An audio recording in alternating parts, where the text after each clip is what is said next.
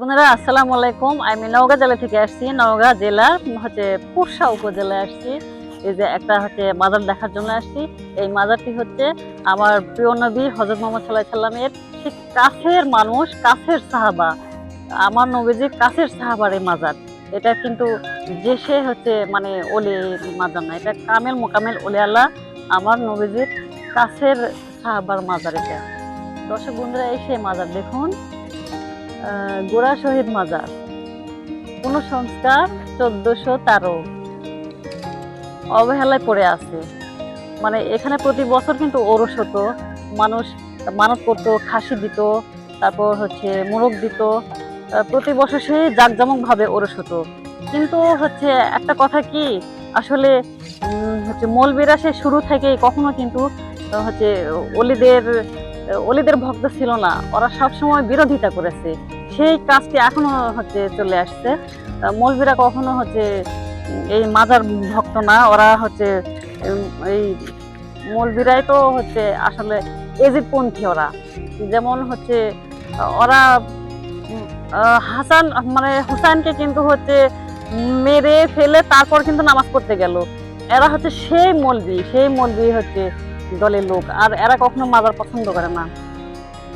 তো কি বলবো, এই যে দেখুন কুষ্টি পাথর কত সুন্দর, সে আমলে কিন্তু কুষ্টি পাথর অনেক দামি, কিন্তু কুষ্টি পাথর কালো পাথর, কুষ্টি পাথর দামি পাথর। এটা গলালে কিন্তু অনেকগুলো স্বর্ণ পাওয়া যাবে।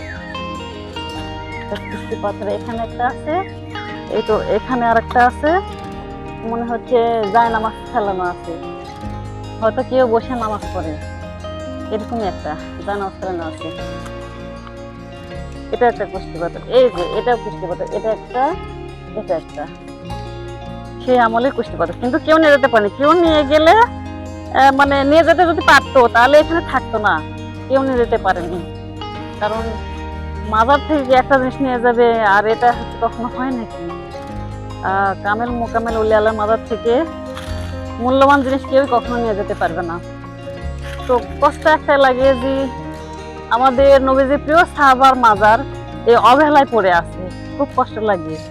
তো সরকারের কাছে আমি আবেদন জানাচ্ছি যে এই মাজারটি যেন সংস্কার করে দেন, এবং আবারও যেন এখানে প্রতি বছর যেন ওরস হয়। পুনঃসংস্কার করে দিলে আবারও ওরস হবে ইনশাল্লাহ। আর যদি সরকার পুনঃসংস্কার করে দেন তাহলে কেউ এতে বাধা সৃষ্টি করতে পারবে না, কেউ কখনো বাধা সৃষ্টি করতে পারবে না। আর এই তো এখানটা মাজারের এরিয়া থেকে এই যতগুলা জায়গা জমি দেখতেছেন, এই সাইডে মাজারের ওই সাইডে, মানে মাজার তো মাঝখানে আছে, চারিদিকে যতগুলো জায়গা জমি দেখতেছেন এই সবগুলো কিন্তু মাজারের জায়গা, এগুলা মাজারের জায়গা জমি। এগুলো কিন্তু এইগুলো মানে জবরদখল করার জন্য এই মানে মৌলবী গুলো যে এত শয়তান সেটা বলা যাবে না। এরা সব সময় বিরোধিতা করে জবরদখল করার জন্য, আর এখানে ওরস করতে দেয়নি, ওরা জবরদখল করে আছে। মৌলবীদের জন্য কিন্তু এই হাসান হুসাইন এইভাবে মানে মৌলবীরাই কিন্তু ওরা মারা হুসাইনকে মেরে ফেলা পরে আবার যে 5 ওয়াক্ত নামাজ পড়তেছে। এরা কি ধরনের মৌলবী? এরা এজিদপন্থী, এদের কথা কখনোই শোনা যাবে না। তো আবারও সরকারের কাছে আমি আবেদন করতেছি, এই মাজারটা দয়া করে পুনঃসংস্কার করে দিবেন, এটা আমি বলতেছি। আর মাজারটি আমার মাজারটার দিকে খুব ভালো লাগলো। আর আপনারা এসে সবাই দেখবেন, আর আপনাদের মতামত কিরকম একটু জানিয়ে দিবেন কমেন্টে দয়া করে। আর মাজারটি সবাই সরকারের কাছে পুনঃসংস্কার করে দেওয়ার জন্য সবাই একটু সরকারের কাছে আবেদন জানাবেন। আমিও জানাচ্ছি, আপনারাও সবাই জানাবেন।